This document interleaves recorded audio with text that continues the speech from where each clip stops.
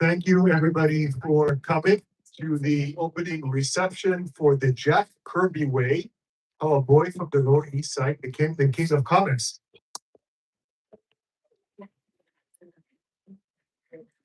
I'm Roy Schwartz. I'm the co-curator of the exhibit, and I'm a member of the Board of Trustees of the American Jewish Historical Society, which is co-presenting the exhibit, together with the Jack Kirby Museum and Research Center.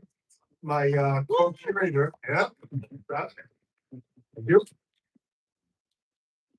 My co-curator is Rand Hopping, the founding director of the Jack Kirby Museum and Research Center. And we have asked our good friend Karen Green to come and MC. Karen is the curator for comics and cartoons at Columbia University Libraries. So we'll have a short chat, and then we will schmooze around. I'm happy to talk to all of you. Okay, so thanks again for coming.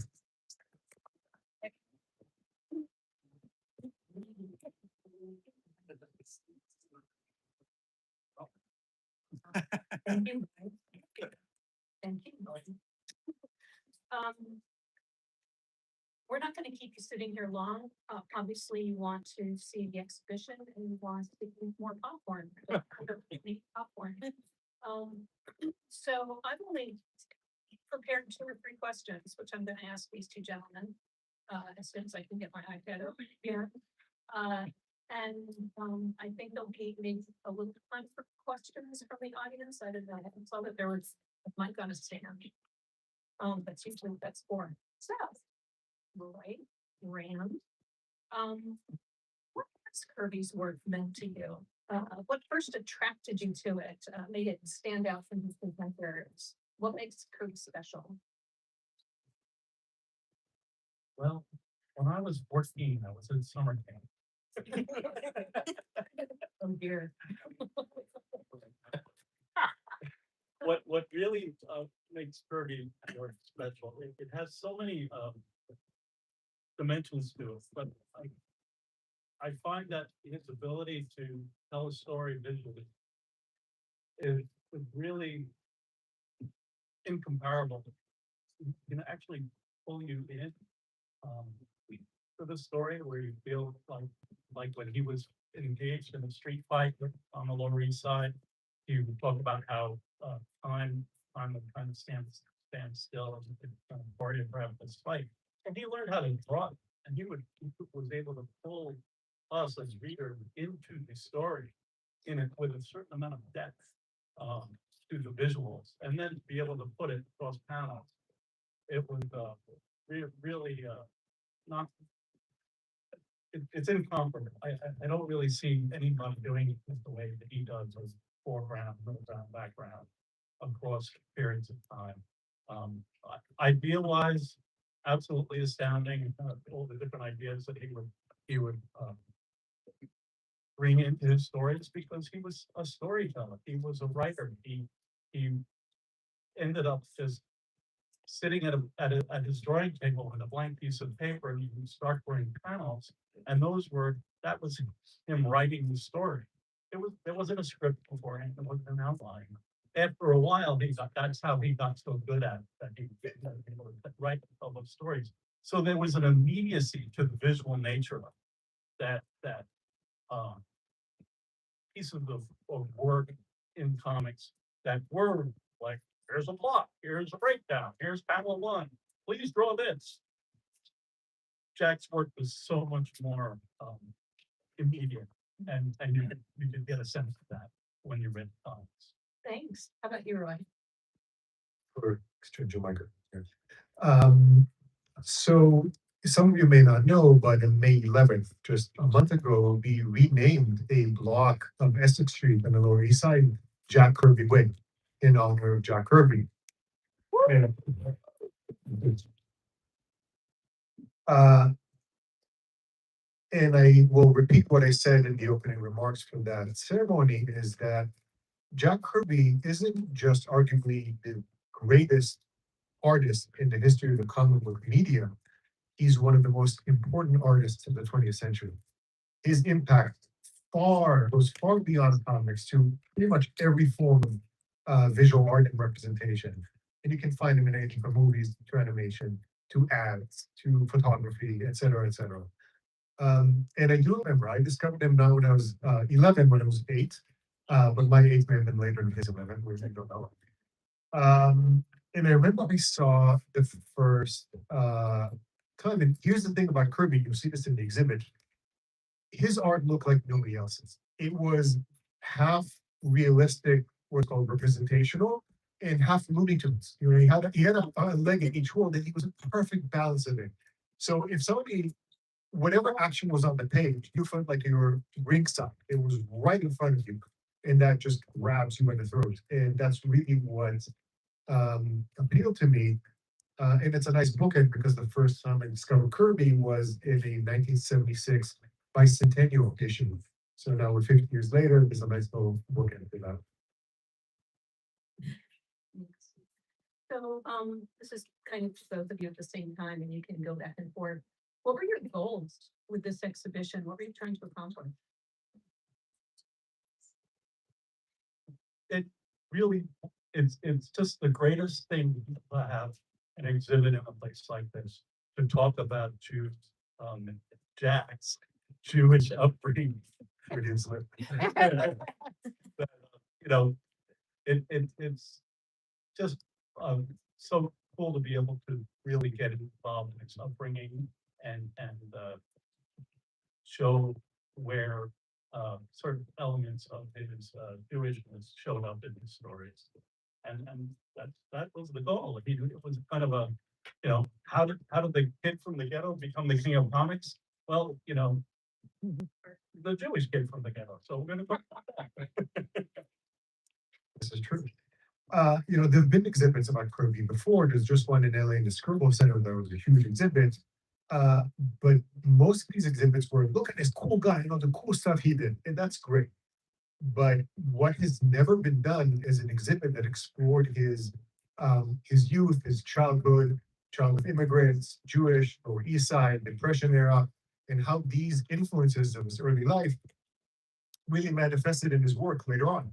And so much of his work is autobiographical. You wouldn't think Captain America is autobiographical? Yes. So it really is. And this exhibit really explores how the Yiddishkeit and the background and the poverty and what he said ghetto and his World War II experiences and his feelings about things really came across in his work. They were as much political cartoons as they were comics. And that's really what we wanted to showcase. So the man, not just the artist. Nice. So you've got this exhibition and you round up material from collectors and maybe some of those things are reproductions, right? What item, this is for each of you, what item are you most excited / surprised to see in those cases? I feel like this is like the dating thing.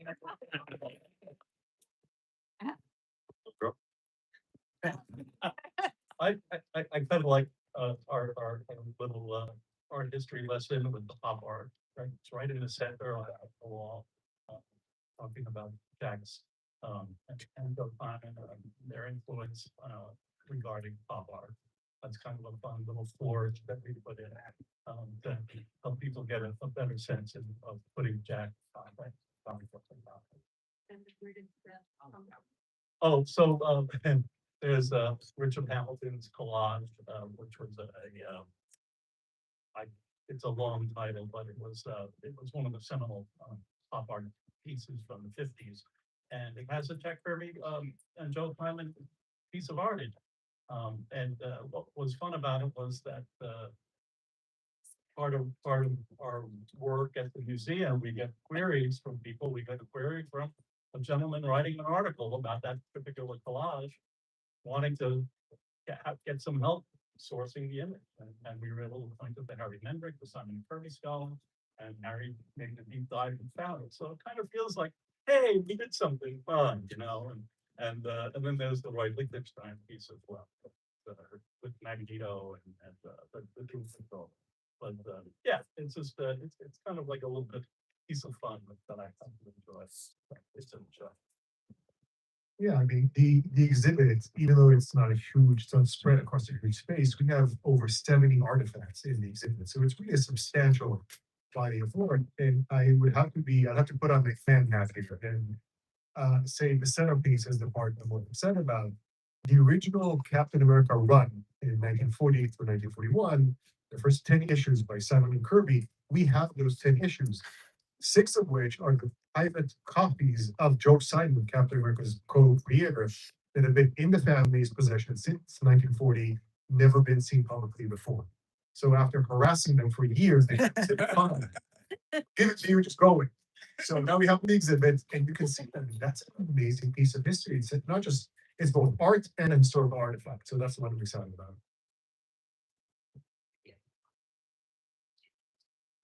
I'll say that my favorite thing is, because I love editorial cartoons so much, is his political cartoon near the beginning. I'm not sure how to actually articulate this thing. People who come to New York, comics fans who come to New York from other parts of the country or other parts of the world, are always kind of stunned when they see rooftop water tanks and those orange and white tubes that let the steam out, because they've seen them in comic books as long as they've been reading them, and they thought they were the invention of Kirby or Rita or whoever. But Kirby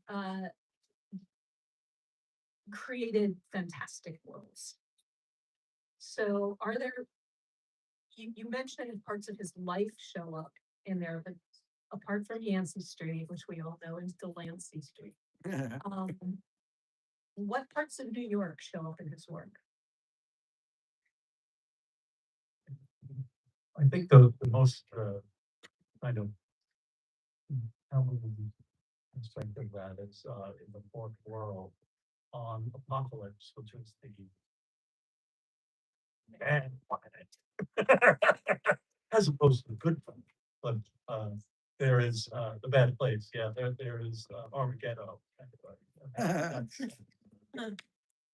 It's just a great turn of phrase, and it is his reflection of kind of taking his idea of doing science fiction, or taking ideas from today to the future, which was his take on a pretty brutal ghetto. I don't know really that's New York though, but somehow it feels like that to me. It was so important to him, or it was such a important part of his life growing up in the ghetto that he was so happy to leave behind, but to have it be in the story like that is it's pretty strong. Yeah, I mean, Kirby was born and raised in the Lower East Side, and he left the Lower East Side, but the Lower East Side never left him. And it keeps showing up again and again and again in his work.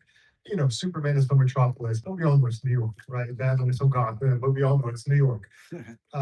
When Kirby and Lee relaunched Marvel, beginning with Fantastic Four in 1961, they said, no, it's New York. So you have Midtown and you have Uptown.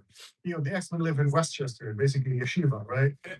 Half the characters are the Green and Doctor Strange's Greenwich Village, and a lot of characters, including the Thing, Kirby's most unbiographical character, is from the Lower East Side. And he even brought that to other characters. When they gave him Superman, he introduced a neighborhood called South Side, which is, of course, the Lower East Side, known as Sudan Slum. And you have all these kind of warring alien gods having their kind of clandestine wars on the Lower East Side of New York, very clearly. So again, it's all in the exhibit, and whatever Kirby did, he always brought his own life experiences into it. I think New York is very much part of it. I like when Jewish things are snuck in that way, like Leonard Nimoy, taking the invite sign for the Balkans. we are actually almost out of time. When I told you it was gonna be short, I meant short. But does anybody have a question for our two curators? I see a hand all the way in the back. My question, I've got two questions. One is, Don't get who greedy. influenced him as an artist? Because from his early work, his later work, there is a great sophistication in terms of the way that he drew his characters. And since all artists are influenced by other artists, I was curious to find out what influences he had and whether they took drawing lessons. Didn't he start off, copying newspaper strips on the sidewalk? Alex Raymond. Yeah. And then Foster. Yeah, Foster, the triumvirate of comic, comic book influences. They were comic strip artists, but they were the strips were in the newspaper. because everybody- Adventures. Yeah. But what I like about the Milton Caniff aspect of it is that Caniff was a master of what they might call spotting blacks or leading the eye through the panel. So that, it wasn't just like picture, but he would actually put in shadows and other lines that would move your eye through the panels. And he would do it in a strip or a Sunday. And hey, well, Jack Kirby actually took that and put it in a multi-page comic book story. And it was really, really groundbreaking, and it kind of refers back to what I was mentioning earlier about how you could read the story and get really involved because he was leading you through it. Masterful. I mean, Kirby was so talented that he got into the Pratt Institute at the age of 14 and so poor that he had to leave with it one day. He realized he can't afford it. But Kirby was inspired by anyone and anything and everything. And the thing about Kirby's art is you see expressionism and abstraction and cubism and pop art and mid-century and Mesoamerican, all these influences all come out of work, and it's all blended into a unique visual language that's all his own. So he became the archetype, like he just constantly borrowed from everywhere, which is, what an artistic genius does, right? I'll bring out one of my favorite lines. It's like, what is the golden age of comics? It's when you're 12. Right. Came up with that, but it's great. Ellison said it about science. Yeah, it's science fiction. Well, it came from science fiction. Well, Jack Kirby, when he was 12, he found a pulp magazine, a science fiction pulp, a Hugo Burns back, science fiction pulp in the gutter, in the rainy gutter, with a fantastic Frank Paul spaceship on it, and it literally blew his mind and made him. He had never seen a painting of a spaceship before, so that actually defined a lot of his interest in like a technological sublime, blowing people's minds, getting you really excited. So when you're talking about the cosmic stuff earlier, that was what Jack was doing. He was remembering that's how influential that was for him, that he was going to bring that to his audience. And his influence was, and it is infinite, really. Even George Lucas stole that from him. Excessively. Yes. Kirby is not a particularly Jewish name. I'm wondering if that's what his name was for. Okay. Kirby's not a Jewish name. What do you mean? He was born Jacob Kurtzberg. His headstone even says Jacob Kurtzberg, but he really liked James Cagney, so he chose Jack Kirby. That's the short of it. But his work is very, very Jewish. There's no mistaking it. And he was a proud Jew, and he did say in interviews that there was anti-Semitism, and if you wanted to get ahead, even as an illustrator, you needed a Goyish name. So he chose Jack Kirby. Yeah, we had a panel with Al Jaffe once, and somebody asked why were there so many Jews in comics. He said if you went to an advertising agency and you had a Jewish name, they just shut the door in your face. Anyway, we are out of time. So it's time to go home. No. So it's time to mingle and look at the exhibition and corner these guys and ask them all the questions you didn't get to ask me just now. Thank you so much, all of you, for coming. Thank you. And enjoy your show.